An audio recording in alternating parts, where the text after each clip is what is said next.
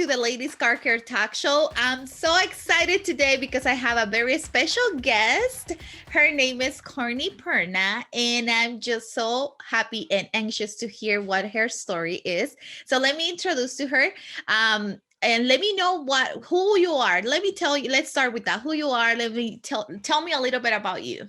Well, I'll tell you what I'm not, and that is not a car expert for sure. But I have lived on my own for a long time. So I've had my ins and outs with dealerships and repair shops and all that good stuff. But what I can do is I'm actually a television host. I won an Emmy in 2018 for Best TV Host, which was very exciting. And I've pretty much been doing it for 25 or so years. So that's what I'm good at, not at cars. Yeah, but I mean, you're amazing. So, but I know you say you're not a car expert, but I mean, everyone has a car. So tell me any experience that you have, maybe when you purchase your car or maybe when you take your car to the mechanic. Have you ever had an experience that you want to share with us? Well, it's funny because right now my car is about 20 years old. It's a 2001 Chevy Tahoe, and my fiance he's trying to be easy about it. Be like, Courtney, you should probably start looking at other cars. And I'm like, no, I love her. Her name's Goldie. So I just love Goldie, and I'm not ready to get rid of her yet. Although I know she's riding off into the sunset right now, and I'm just going to keep going for as long as I can. It's funny because my fiance actually works at a repair shop. He does body shop work, and he's worked for years, for decades at body shops. And so now I have a guy who just does my stuff. But before, it was very intimidating. I first time engaged at 41, I think. So I've never been married. Always lived on my own. So you kind of got to suck it up and hope that everything goes right. Normally if my battery died not too long ago and I called him, because I don't really know a lot. But what I do, it's just funny, is when I get my car oil changed, like if I go into Jiffy Lube or something like that, I know that my car takes more than 1 quart. And I used to know, before my fiance Chris did all of my oil work and everything, I used to know exactly what kind. It was like a special kind that my big truck needed. And so when I'd walk in and I'd talk to the guy, I'd be like, hey, you're going to use like this exact kind of oil. And I would say it to him. I don't remember what it was called, but I would just kind of regurgitate the name of the oil or like the type of oil. And like, you're going to use that, right? And you're going to need like 1.5 quarts or whatever. And just to be like, yeah, I know what I'm talking about. So don't mess with me. So I would kind of try to put it out there, right? Put it out there that like, yeah, I know about oils. So you need to make sure that you don't mess with me. And it was probably unnecessary, but it made me feel better. I love that. The first thing that you mentioned is you name your car. And I love that because I do that too. And most of all, name our cars just to identify with us, the personality. Okay, I think we're good. Oh, yeah. Yeah, I talk to her all the time. And especially when I hit like a pothole, I feel like I need to audibly apologize to her, and I'm like, oh, Goldie, I'm so sorry. That must have hurt, and then sometimes it's so weird. Sometimes I talk to her and I'm just like, you're such a good car, because I know that I'm not going to have her for much longer. I'm like, you're such a good car. Just love you so much. Thank you for everything you've done for me and keeping me safe. Because I actually got in an accident. It's so funny. I got in an accident, gosh, almost 2 years ago now. And the 2 side doors of my passenger got swiped and kind of, it wasn't a T-bone, but he hit me pretty good. And so the 2 doors on the car's passenger side don't open. They're just smashed. And I don't care, because I still drive her around because I love her so much. But I actually inherited her from my grandfather. So when I got her, she only had maybe 28 or 30,000 miles or something on her. And she was almost 15, 16 years old. And my grandfather bought her because we grew up in Michigan so that we could drive in snowstorms. So Goldie came out when we had to pick up the kids from school, or we had to drive in a snowstorm for some reason. And she had such low mileage. And so but she's my grandfather's car, and she still smelled like my grandfather's car for like the first year. So I think that's another reason why I haven't gotten rid of her yet, because it's a little sentimental. Oh, I love that. And you know what? I just want to connect your story right now with something that I really want to share. Is like sometimes we don't take care of our own cars. And I Mhm. always mention that we have to have a relationship with our cars. I mean, just imagine a day without your car, like a Right. regular day for you without your car that is taking you to work, is taking you to drop off the kids. I mean, whatever the car is taking you, if you don't put attention of what your car is telling you. And I always share about the five senses that your car share with you if he has or she has any Uh-huh. any symptoms. I mean, the car can tell you by it smells if there's something going on the engine. Okay. It can tell you by seeing any leak under your car. It can tell you by vibrating your steering wheel that Hmm. something is So the going on. touch, yeah. Yeah, with the touch. And you can hear noises as well. The only thing that she don't does is the taste, but we don't want to taste anything. But No, but no, that'd be bad. I mean, there yeah, probably is some good French fries under my seat right now, but besides that, we're good. Yeah, she's been pretty good. I think she leaks a little bit, but I just try to ignore it because I don't want to believe that she's probably not going to be around very much longer. uh, Before her, I had Meredith Gray because she was a gray SUV, and I cried when I turned her in. So definitely not oh looking my God, forward to that. Meredith Grey, just because of the show. I Grey's love Anatomy, that yeah. show. Oh my Her God, name I was love it. Meredith. So yeah, I just called her Meredith, and now I've got Goldie. And the best thing is my fiance has Betty White, and Betty White is this old Lincoln Town car, and she's white with a tan top, so it's like Betty White. She's cute little old white lady with blonde hair. But everyone loves her wherever we drive around in this old 20-year-old Lincoln Town car, I think it is. It's hilarious, and everyone loves it. So that's why we called her Betty White. So. Oh my goodness, I love it. I'm gonna share the names that you use for your cars. I just love to hear that, and I love that because that connects again what we were sharing about that connection that you have to have with your car. Because I Mhm. mean, if you don't have that connection with your car, you're gonna miss a lot of things, and then you're gonna pay more. So now that you mentioned that, oh, I know about my oils, and I just want to show up with confidence when I go to the repair shop Mhm. because I want them to know and they don't mess up with me. I love Right. that Or because at least think that I know what I'm talking about. They're not gonna, if they ask me any questions, they're gonna be like, okay, she's a but fraud. no, but you know what? Even though you don't know much, that's the whole purpose. That's so powerful that what you just shared right there. Because Mhm. even though you don't know much about cars, but you show up with confidence saying, hey, you know Mhm. what? I know I know my car.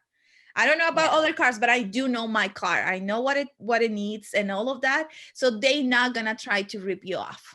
And I love Right. that That's just to share that confidence. Yeah, because I would always say, like, they'd give me the price, and I'm like, well, I know she takes, a quart and a half or whatever, and so it's gonna be more than that, right? And I'm like, so I try to like put off that confidence, like, trust me, I know, I just don't have time to do it myself. That's why I'm coming to you, Jiffy Lube or whoever. But I'm also not looking forward to going to the dealership because I don't know why, but I always get emotional, like I said, turning in my car, but it's such a big purchase. And whether it's a used car or a new car. So what can, I mean, here's me turning into the interviewer, but that's what I do because I'm a host too. This is but like, what should I be thinking? What kind of questions should I be asking when I go in there? I guess you're probably a great person for me to ask that to. Yeah, you know what? I received that question a lot. And I think the first thing that you have to know when you go to the dealership that are you ready to either trade in your car or you purchase a new car is know what you want. Because Okay. the problem is when you go to the dealership, you get so, I mean, crazy with so many shiny cars in there, and the salesperson just start offering what they want to sell, but no Okay. actually what you need. So before going to a dealership, you have to do your own research. Do your own research of what really car, I mean, the car that you need and what the car do you want. Once you Mhm. have clear of what car do you want, and then you show up to the dealership and say, okay, you know what, I want this car with this color, and because I already did my research, I already did my homework. And then Yes. you're gonna go in there and just ask for that specific car. And then Gotcha. once you're there, you have to just keep showing up with confidence. because that's another thing. Even though it's a dealership, and sometimes we have so much respect because it's the dealer, the one who make the car and all of that. But I mean, the salesperson, sometimes they don't care much about what you need, but they just want to add you different things. They know what they have on the lot, what they need to get rid of. Exactly. And it kind of matches what you want. Yeah, because there's so much information, I guess, out there on the internet that would be a good idea to go in there with exactly what I want. And it's funny because last weekend, I think it goes by so fast, but last weekend or the weekend before, I was in Houston, and my friend actually bought a car while I was there. And so we went to a couple dealerships. We took some test drives and everything. And I went and sat in some car, and the guy came around the corner, you know, and he was like, I'm sitting in the car and I'm like feeling it, because I know Goldie's on her way out. And he's like, he literally goes, it has a really big vanity mirror on the visor. I'm like, seriously? You walk up and that's the first thing you say to me because I'm a chick. Like, I mean, yes, I want a big vanity mirror, so thank you very much, because I am actually interested in that. But like, that's not the only thing. And I don't know if that's the first thing that he should have asked me, but I don't know. Maybe I have that look that says this girl puts on her lipstick while she's driving, you know? I don't know. You know. But yes. So it's like, you know, I don't know a lot, but I still want to know about the comfort. What I want to know about is safety. I always want to feel, that's why I love my huge, ridiculous Chevy Tahoe right now, because I know that if I get hit, it's, you know, I'm probably just going to bounce off something. Which is what happened two years ago, and I'm still driving her around. You know, I feel like, and then I know that she saved like she's a person. The car, I feel like the car saved my grandmother and grandfather one time from the ice. They were spinning down the highway and they ended up in a ditch.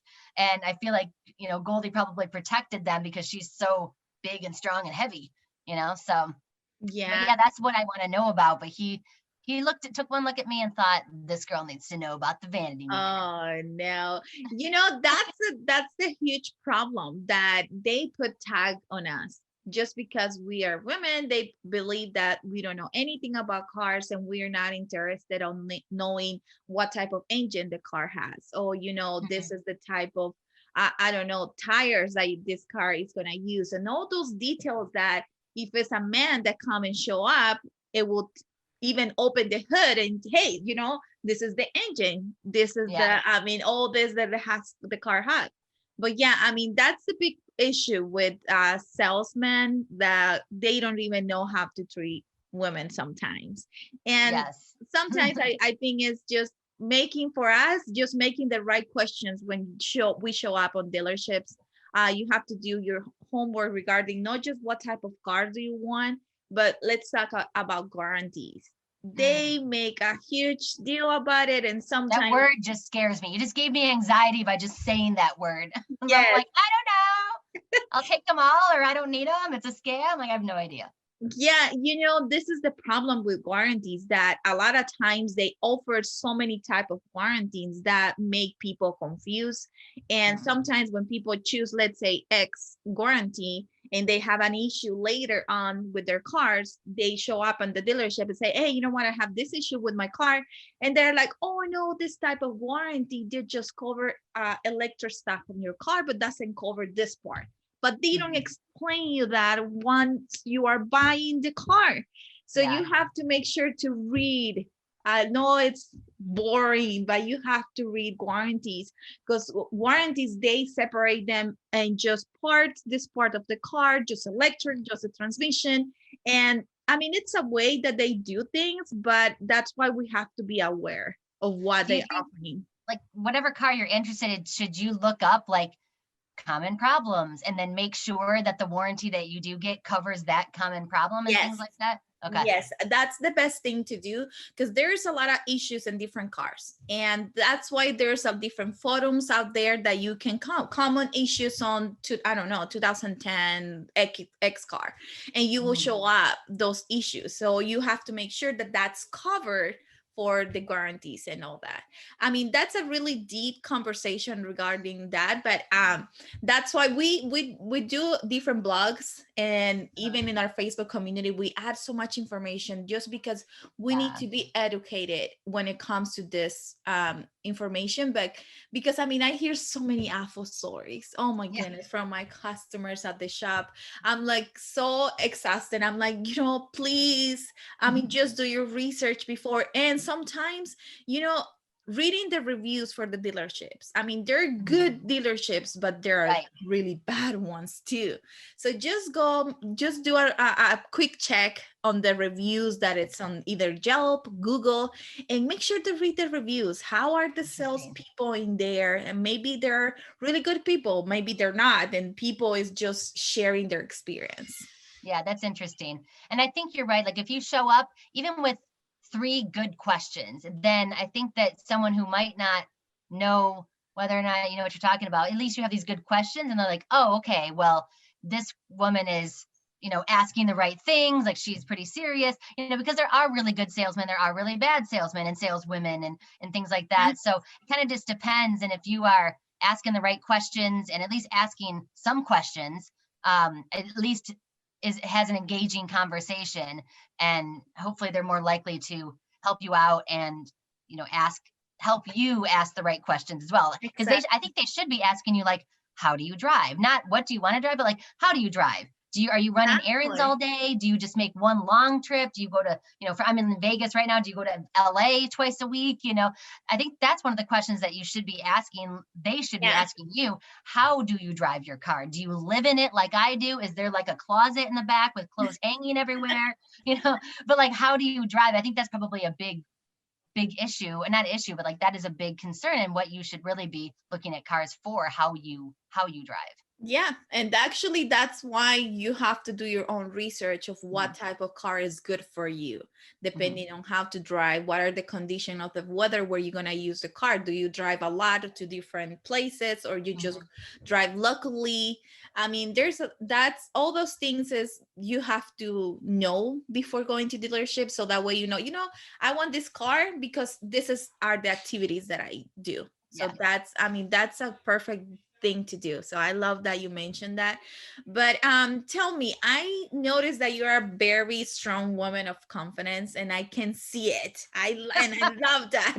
Give me what you can tell our audience that are listening right now. What advice could you give them just for them to show up, like you just mentioned that you do every time you go, and like knowing a little bit, but showing that confidence that it's reflecting in you right now? It's funny because I think we actually, I don't remember which room we met in on Clubhouse, but it was either, I think, was it something about imposter syndrome, or was it like, yeah, so imposter syndrome, that is a huge thing, because no matter how many accolades or how successful you seem on the outside, I feel like every person, and especially woman, has some sort of imposter syndrome that they're getting over. So you feel like, I've done all this stuff and I've got these degrees or I've got these awards, but like you also feel like, gosh, maybe I don't belong around here with all these people, So when I'm at a conference or something, I'm like, all these PhDs are speaking, and who's going to listen to little old me? Like, should I even be up here? But then I remember that there's people out there who probably are also intimidated by this person with 25 degrees. And that's why they're going to look at me and go, that's my girl. That's who I can relate to. That's my homie. So I always remember that there's someone like me out there, and that's the person that's going to vibe with me anyway. So overall, I try not to let the imposter syndrome get to me, and I've started to recognize it and go, okay, like whatever. That analogy, if you have the angel on one shoulder and the devil on the other shoulder, like I very clearly hear both of those in my head, So when I hear that, like, oh, you don't know what you're talking about, whatever, it's like, okay, shut up. I don't know. I'm not listening to you. So I've gotten to that point where I can just kind of laugh at that voice and be like, no. So I listen more to the angel voice, or whatever analogy you want to use. I always promote this book that I have no connection to at all. I just read it, and I'm only actually halfway through with it, but it's called Best Self. And it's by, I think it's Matt Baker, or Mike Bayer, rather, Bayer. And it sounds really silly because he takes you through, and you have to name You have to draw, you have to give details about your best self, what version, like, so the angel version. And then you also do it for the negative, like you name that person, that voice, you draw it out. What does it look like? What is around it and how does it sound? And so you actually kind of have this image in your head. So I always picture myself like swatting away that negative, and then whatever that image is that I conjured up of this positive best version of myself is. So when I'm going into a dealership or a big meeting or some kind of presentation or something like that, especially when I'm not feeling very confident, I try to picture myself as that best self, and I try to you can summon her or him or them at any time and just breathe it in and be like, okay, this is the version of myself that I am right now. And that's how I'm going to walk into this room, or that's how I'm going to go to this meeting, or that's how I'm going to meet this lawyer or dealership guy or whatever. And so I kind of picture that best self, and it's like an alter ego, if you want to think of it that way. And it helps me be a little bit more confident, because I know that version of myself, like, she's a badass, she's confident, like she's total boss. And although I don't always feel that way, sometimes I can just pretend to be her because I know she's there and I know I've been her before. But that's kind of, I can always summon that kind of energy and bring that to me. And then, a lot of people have tossed around the idea of decide who you are, which, okay, I'm deciding that I'm this best version of myself. And then you make decisions that version would make. Like, who is that woman? Who exactly is she? Where is she going? What are her goals? Like, what is her energy like? And then you make decisions not based in fear, which a lot of us do. I'm afraid that if I buy this car, then this might happen. But what would this version, this woman, this aura, this alter ego, how would she react to this situation? And even if you don't feel like you're that confident person, you can say, well, gosh, my best version, or that alter ego would say this, or she would act with grace. Because sometimes it's like, I just want to punch somebody in the face, but that is not the best version of myself. I love you know what I mean? So it's like, how would this girl, even though she's a boss babe, she would handle it with grace. So I'm going to handle it like this best version of myself. And that's, so it kind of goes both ways that way. So that's how I can summon up that energy and be like, all right, girl, it's your time to shine. And negative guy, get out of there. Go back. Go back. No one's listening to you anyway.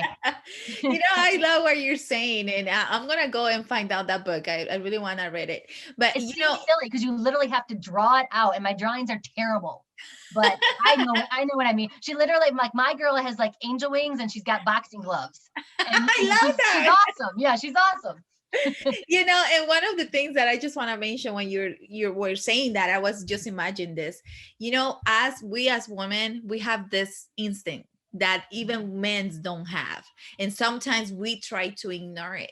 So when we are in a situation like that, even that we feel confident and all of that, we have that's like a sixth instinct that is telling us, hey, something's wrong. He's lying to you. Hey, just go away. And sometimes we are just afraid to, oh no, you know what? I mean, he's been taking so much time. I don't want to come across as rude. Exactly. I'm trying to be nice. And it's like, girl, this sucker is giving you some wrong information. Right. Yes, just leave. I mean, just go away. I mean, I just want to tell you, just go away and trust your instinct. Yeah. I mean, if you do that, you're maybe not at a car dealership this has happened, but I would do that. Is that when I started doing it on dates, which is hilarious because everyone's like, oh my God, no man's going to ever want to date you. But like I said, I didn't get engaged. I've never been married. I was engaged at 41. So I went on a lot of dates, particularly in my 30s. And there were times where I'm sitting across from this person, like, no, like, you're making me very uncomfortable what you're saying and, how you're treating me and how you're treating the waiter. And I might say something like, hey, actually, can we change the subject? You're kind of making me a little uncomfortable, something like that. And if they kind of make fun of you or jab at you, like, I always, like my nano says, my grandmother, she's like, you always bring your $20 so that you can just pay for yourself, get a cab home, whatever it is. So I always had cash. And I would just say, you know what, like, thank you for the cocktail here. Oh, I almost tipped my thing. Thank you for the cocktail. Here's this $20 or $10 or whatever should cover it. I'm just really, you're making me uncomfortable and I'm going to go. And at first you're like, oh my God, I can't believe I did that. That was so rude. But then I'm like, no, it wasn't. Like it was telling someone that, hey, you saying this or these homophobic slurs or whatever it is that was making me uncomfortable, or making snaps about the woman across the way, how she's dressed, or saying something about the waiter, or just being a jerk in general. I'm like, I am not obligated to stay here. Exactly. I'm not obligated to put myself in a situation that I am uncomfortable, whether that's on a date or at a dealership or anything. And especially if you handle it with grace and don't punch somebody in the face, then I can say, you know what, I'm uncomfortable. I'm going to leave now. Thank you. And of course they're like, no, don't leave. I'm like, it's fine. Here's the money. Thank you. And I'm going to go. And then I get to the car and go, it's like an exhale, but walking out, I'm like, oh my God, I can't believe I did that. I can't believe I did that. I wouldn't want my friend staying somewhere that she wasn't welcome or feeling comfortable or not safe or whatever it was. So why would I put myself in the same position? I would tell my friend, girl, get out. So why can't I give myself that same courtesy, I love that. I mean, basically, I'm going to drop the mic now. I mean, yep. I've told you amazing. A couple times what you're saying I'm not vibing with. And you know what? I'm just going to go. I love Watch that. me leave because I'm really cute right now. I got all dressed up for this date. I love that. And I love ending this episode with that, because I really want the listeners to stay with this, exactly what you just said. I mean, you have to own your confidence. You have to trust your instinct, because no one has to come and tell you what to do or how to feel. So I love that. It was a very pleasure, Courtney, to have you in the episode. I'm so happy for this episode. I know it will be so helpful for a lot of women out there. So just to end our episode, tell us where we can find you, share your social media, where people can find you and learn more about you. Well, I'm mostly on Instagram. It's at Courtney Perna. So Courtney spelled with a C, Courtney. The Kardashians kind of messed up the spelling of my name. Everyone used to know how to spell it. And then my last name is Perna. So P as in Paul. And so at Courtney Perna on Instagram. I'm the same on Facebook. I'm growing my TikTok, so bear with me on that one, but mostly on Instagram. Awesome. Okay, you hear her. So go and look for her. I mean, I love her. Everything that she just said right now, it's so on point. So thank you so much for listening. Please wait for the next episode, because the next episode is going to be amazing as well. So have a wonderful day, everyone, and see you in the next episode. Bye-bye. Bye. Thanks for listening to the Ladies Car Care Talk Show. For more resources from Cindy, or to join the Ladies Car Care Facebook community, you can follow the links in the show notes. If you enjoyed this episode, be sure to subscribe wherever you're listening and share with your friends.